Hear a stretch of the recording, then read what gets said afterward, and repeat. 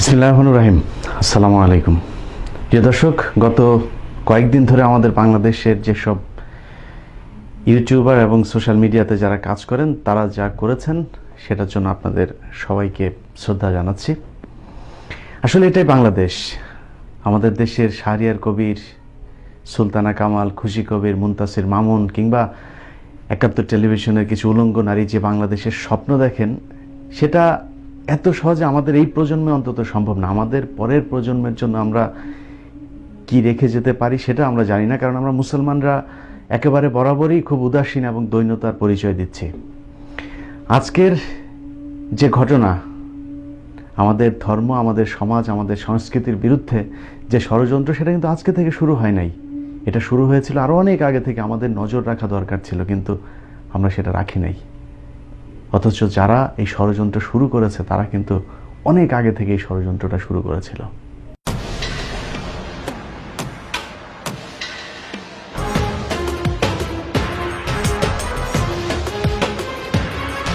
প্রথম আমি নিজেও এইসব ব্যাপারে খুবই সংকীর্ণ ছিলাম। আপনার বন্ধু, আপনার বান্ধবী, আপনার বয়ফ্রেন্ড, আপনার গার্লফ্রেন্ড, আপনার জাস্ট ফ্রেন্ডস, আপনার অনলি ফ্রেন্ডস, যার সঙ্গে ইচ্ছা তার সঙ্গে ঘুরতে যান, বন্ধুরা মিলে ঘুরতে যান।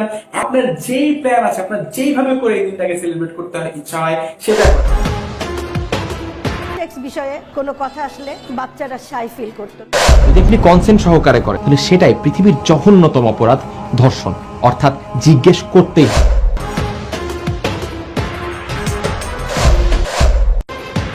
মেয়েকে তো দেখলাম ছেলেদের সাথে ঘোরাফেরা করছে, এ ধরনের সাত কথা বলার লোকের অভাব হবে না।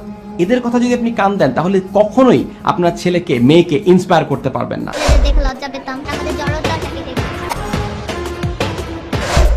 জেনারেশন ব্রেক থ্রু কি ব্রেক করা হচ্ছে? কন্ডম, পিরিয়ড, আমাদের সন্তানদের যৌনাঙ্গ সম্পর্কে সমূহ জ্ঞান অর্জনের ব্যবস্থা করা হয়েছে। বাংলাদেশের একজন মেয়ে আছে যার কিনা পিরিয়ড হবার পর কি করতে হবে সেটার জন্য রাস্তায় গিয়ে কাউকে জিজ্ঞেস করতে হয়েছে, কোনো শিক্ষককে জিজ্ঞেস করতে হয়েছে? এটার জন্য তার মাই যথেষ্ট। তারপরেও কেন এই প্রকল্পের মাধ্যমে আমাদের শিশুদেরকে এই জ্ঞান অর্জনের ব্যবস্থা করা হলো? এটার মাধ্যমে তাদের ভেতরে ছাত্র ছাত্রী এক জায়গায় বসিয়ে তারপর যৌনতাকে অভ্যস্ত করে তোলা হচ্ছে। এই ষড়যন্ত্র আজকে থেকে শুরু হয় নাই, একেবারে শুরু থেকে। ধরুন, বিভিন্ন দেশের শিক্ষা কার্যক্রম যেটা আছে, যুক্তরাষ্ট্রের কথা বলি, কি পড়ানো হয়? Twinkle twinkle little star, how I wonder what you are. কি শেখানো হচ্ছে? সৌরজগৎ সম্পর্কে।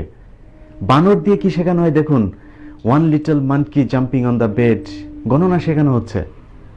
আর আমাদের দেশের রবীন্দ্রনাথ আর সুকুমার রায়দের আধিপত্য বিস্তার করা যে শিক্ষা ব্যবস্থা, সেইখানে আগডুম বাগডুম ঘোড়াডুম সাজে। কি শিখছে এটা দিয়ে? তাদের আমাদের সন্তানদের মগজ ধোলাই করবার জন্য যে চক্রান্ত, সেটাকে বাস্তবায়ন করবার জন্য তারা এখনো পর্যন্ত আমাদের শিক্ষা ব্যবস্থাকে আঁকড়ে ধরে রেখেছে। দেখুন, আপনি বাংলা একাডেমি, সব ভারতীয় দালাল বসে আছে। শিক্ষা মন্ত্রণালয়ে যান, সেটা কোন দেশের সচিবালয় আপনি দেখলে বুঝবেন না। কেন? কারণ তাদেরকে দিয়ে সব কাজ করানো সম্ভব হবে। কি সেটা? বাংলা একাডেমির আপনি 21শে বইমেলার দিকে তাকান, সেখানে ইসকন স্টল পায়, কিন্তু ইসলামিক অনেক প্রকাশনা স্টল পায়নি। নিজেদের চোখের সামনে আপনারা দেখুন। এটা সেই দেশ যে দেশে আমাদের মুনতাসির মামুনরা জাতীয় কবি, জাতীয় প্রফেসর, অধ্যাপক, অথচ আমাদের যেসব ইসলামিস্ট কবি আল মাহমুদ, তাদের মৃতদেহ পর্যন্ত শহীদ মিনারে নিতে বাধা দেওয়া হয়। এটাই বাংলাদেশ। বিড়ি বাবা বাইজিদ খান পন্নীর হিজবুত তাওহিদ স্কুল কিংবা হাসপাতালের নাম করে তারপরে দরিদ্র জনগোষ্ঠীকে ধর্মান্তরিত করা, এছাড়াও আরো অনেক ধরনের ষড়যন্ত্রের আজকে ডিজিটাল ভার্সন হচ্ছে বিদ্যানন্দ কিংবা 10 মিনিট স্কুল। এখন আর এনজিও তৈরি করে মানুষের ঘরে ঘরে যাওয়ার দরকার নাই। অনলাইনেই মানুষের মগজ ধোলাই করে আমাদের সমাজের যে শালীনতা, সেটাকে নষ্ট করা সম্ভব। যারা এসব পেজ, যারা এসব ইউটিউব চ্যানেলের অ্যাডমিন আছে, তারাও করছে, কারণ তাদেরকে টাকা দেওয়া হচ্ছে। টাকার বিনিময়ে তারা আমাদের সমাজকে ধ্বংস করছে। আপনি যদি দেখুন, মঙ্গল শোভাযাত্রা হয়, সেটাতে স্পন্সর করছে কারা? রবি। বিদ্যানন্দের 1 টাকার ঈদের বাজার সেটা স্পন্সর করছে কারা? রবি। 7 টাকার পুজোর বাজার সেটার স্পন্সর করছে কারা? রবি। ইসকনের স্পন্সর করছে কারা? রবি। আজকের যে 10 মিনিট স্কুল সেটার স্পন্সর করছে রবি। কারণ কি? এমনিতেই রবি সব জায়গায়। রবির এই টাকা ঢালার পেছনে অবশ্যই কারণ আছে। আর রবি যে টাকা দিচ্ছে সেই টাকা উপার্জনের ব্যবস্থা কারা করে দিচ্ছে? আপনি দেখুন আমাদের বাংলাদেশ পৃথিবীর এক রোল মডেলের ডিজিটাল বাংলাদেশ, যে দেশে নিজস্ব একটি টেলিফোন অপারেটর কোম্পানি নাই। টেলিটক ছিল, শেষ করে দিয়েছে। সিটিসেল ছিল, শেষ করে দিয়েছে। বাংলালিংক ছিল, সেটাও নাই। ওয়ারিদ ছিল, এয়ারটেল ছিল, সবগুলোকে ধ্বংস করে দেওয়া হয়েছে। এর মধ্যে টেলিটক আমাদের নিজস্ব কোম্পানি ছিল। সব ধ্বংস করে এখন গ্রামীণ ফোনের পেছনেও লাগা হয়েছে। উদ্দেশ্য কি? রবিকে একক ব্যবসা করার সুযোগ করে দেয়া। রবি সেই টাকা দিয়ে কি করবে?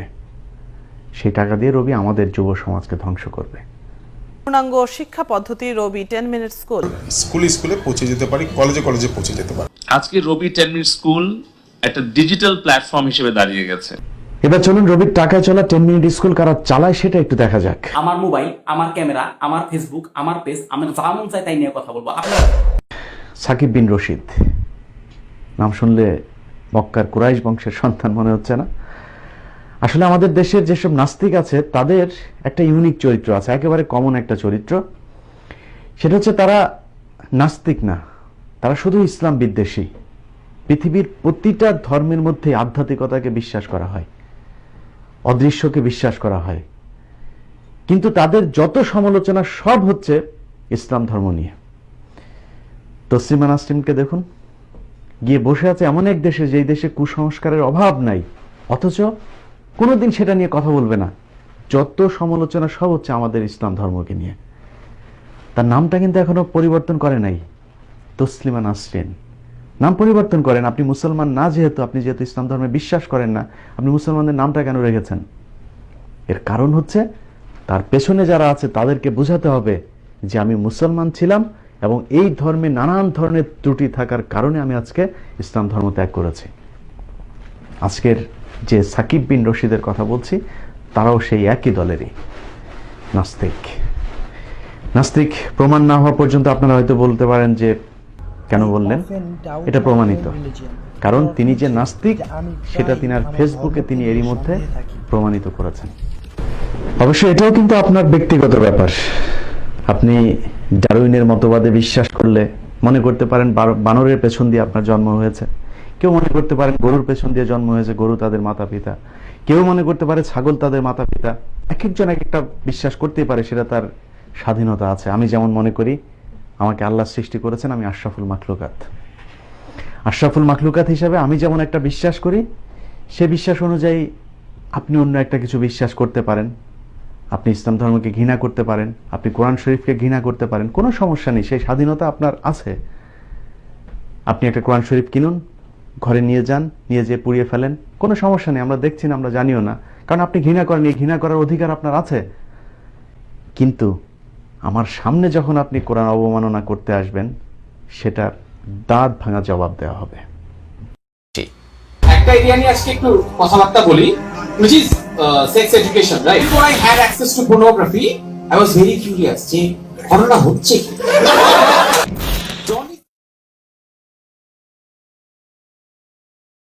যৌন বিষয়ক শিক্ষক গেভিন রশিদ ওরফের সমকামী রশিদ, তিনার মুখোশ এখন মোটামুটি সবার কাছে উন্মুক্ত। বাকি আছেন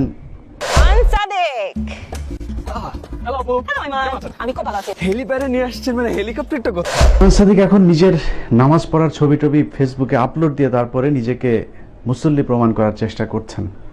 এটা অনেকটা শাক দিয়ে মাছ ঢাকার মতো। দেখুন, তিনি যেই ভিডিওতে ক্ষমা চাইছেন সেই ভিডিওর মধ্যেই তিনি প্রত্যক্ষভাবে তিনার যে সমকামী সহকর্মীরা আছে তিনাদের প্রতিটি বক্তব্যকে সমর্থন করছেন। ভিন দেশে থাকা ভিন বিশ্বাসের এক সাবেক কর্মীর দেয়া স্ট্যাটাসের কারণে যদি আমাকে মেরেই ফেলতে হয়, ফেসবুকের প্রতিষ্ঠাতা যখন সমকামিতা নিয়ে সাপোর্ট করে, আমাদের তো ফেসবুককেও বয়কট করা উচিত। ফেসবুকের প্রতিষ্ঠাতাকেও মেরে ফেলার জন্য এখন কাজ করা উচিত। ফেসবুক বয়কট করব কি না করব সেটা আমার ব্যক্তিগত ব্যাপার। আর ফেসবুকের প্রতিষ্ঠাতা যদি সমকামিতার পক্ষে কথা বলে থাকে, তারপরেও আমি তার বিচার চাবো না, কিন্তু আপনার বিচার চাবো। এর কারণ হচ্ছে ফেসবুকের প্রতিষ্ঠাতা যেখানে বসে কথা বলছেন তার সেই দেশে সমকামিতা বৈধ, আর আপনি যে দেশে বসবাস করছেন সেই দেশে সমকামিতা একেবারে সাংবিধানিকভাবে অবৈধ ঘোষণা করা হয়েছে। আমাকে কেন আমার বক্তব্য সবার সামনে দিতে হবে? এটা তো দেওয়ার কথা না, আমি তো এর জন্য বাধ্য না। জি, অবশ্যই আপনাকে ক্ষমা চাইতে হবে, কারণ আপনার ধর্ম ঘৃণা করার, ধর্ম পালন না করার, কোন ধর্ম পালন করবেন সেই সব কিছুর অধিকার আছে, কিন্তু আপনি যখন প্রকাশ্যে কারো ধর্মীয় অনুভূতিতে আঘাত করবেন তখন আপনাকে প্রকাশ্যেই ক্ষমা চাইতে হবে। ডিরেক্টলি বলা হচ্ছে যে এই মুরতাদকে যেখানে আপনারা পাবেন তাকে জাহান্নামে পাঠিয়ে দিবেন, এবং শত শত না হাজার হাজার মানুষ সেটা শেয়ার করছে। তার বক্তব্যের এই অংশটুকু প্রমাণ করে যে আয়মান সাদিক বাংলাদেশে ইসলাম ধর্ম ধ্বংসের যে চক্রান্ত চলছে সেটার সাথে জড়িত। তার টার্মগুলো একটু লক্ষ্য করুন, মুরতাদ, জাহান্নামে পাঠিয়ে দেওয়া হবে। তার মানে আমাদের দেশের যারা ধর্মভীরু মানুষ, যারা আলেম, তারাই তাদেরকে হুমকি দিচ্ছেন। পৃথিবীতে সবচাইতে বেশি নির্যাতনের শিকার হচ্ছে কোন ধর্মের মানুষ? মুসলমান। সবচাইতে বেশি কোন ধর্মের ধর্মীয় গ্রন্থটার অবমাননা করা হয়েছে? কোরআন শরীফ। পৃথিবীর মধ্যে কতজন মুসলমান কত হাজার বিধর্মীকে খুন করেছে এর জন্য? ইউরোপের মতো সভ্য একটি দেশ, সেই ইউরোপের দেশগুলোতে পর্যন্ত কোরআন শরীফ পড়ানো হয়, সেটার বিচার হয় না। আজকে মার্কিন যুক্তরাষ্ট্র পৃথিবীর সবচেয়ে বাক স্বাধীনতার দেশ, আপনি এখানে এসে খ্রিস্টানদের ধর্মীয় গ্রন্থ পড়িয়ে দেখুন তো, সম্ভব না। শুধুমাত্র মুসলমানদের ধর্মীয় গ্রন্থ আর মুসলমানদের উপরে নির্যাতন হবে সেটা নিয়ে কথা বললেই আমাকে হত্যার হুমকি দেওয়া হচ্ছে। আপনার বিরুদ্ধে বিচার চাইছে, বিচার আমিও চাই, আপনার ফাঁসি হওয়া উচিত। কারণ আপনাদের মতো ডারউইনের মতবাদে বিশ্বাস করা কিছু বানরের কারণেই আমাদের সমাজে আজকে অসংখ্য বানরের উৎপত্তি ঘটছে। ওনাকে অক্সফোর্ডে সমকামিতা সাপোর্ট করে, ভাবা যায় এগুলা? অক্সফোর্ডে সমকামিতা সাপোর্ট করে মানে ও নিজেই সমকামী। আর ও বাংলাদেশে যে প্রতিষ্ঠানে কাজ করতো ওই প্রতিষ্ঠানের মতাদর্শ মনে হয় এরকম সমকামিতা প্রমোট করে। ওইটার ওনারও মনে হয় সেম। ভাবা যায়? দেখেন ভাই, আমাদেরকে এগুলো নিয়ে বলতে আসবেন না। আমরা বিরাট একটা শ্রেণী যেমন সমকামিতা কিংবা এই ধরনের অশ্লীলতার বিরুদ্ধে কথা বলছি, ঠিক একইভাবে আয়মান সাদিকদের একটা ফলোয়ার শ্রেণীও আছে। সেই ফলোয়ারদের মধ্যেই এই নারী একজন। চিড়িয়াখানার এই প্রাণীটার আইটি ঘেঁটে দেখা গেল তিনি তার ফেসবুকের এক জায়গায় সুগার ড্যাডি সম্পর্কে প্রমোট করেছেন। বাংলাদেশ এখন এগিয়ে যাচ্ছে, আপনারা নিশ্চয়ই সুগার ড্যাডি সম্পর্কে ইতোমধ্যে জেনে গেছেন। সুগার ড্যাডি হচ্ছে একজন বয়স্ক মানুষ, তিনি তার মেয়ের বয়সের একটা মেয়েকে তার বাড়িতে নিয়ে যাবে এবং সেই মেয়ের সব ধরনের খরচ তিনি বহন করবেন। বিনিময়ে রাতে তার মেয়েকে তার সাথে শুতে হবে। এবার চিন্তা করুন, যারা এই ধরনের সমকামিতাকে সমর্থন করে তাদের রুচি কোথায় গিয়ে ঠেকেছে।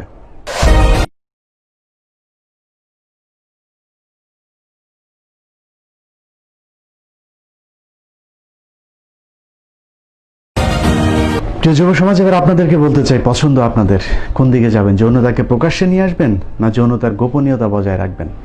প্রেম ভালোবাসা আমরা করেছি, আপনারা করবেন, চলতেই থাকবে, কিন্তু সমাজের পরিবেশ ধ্বংস করে তারপরে নয়।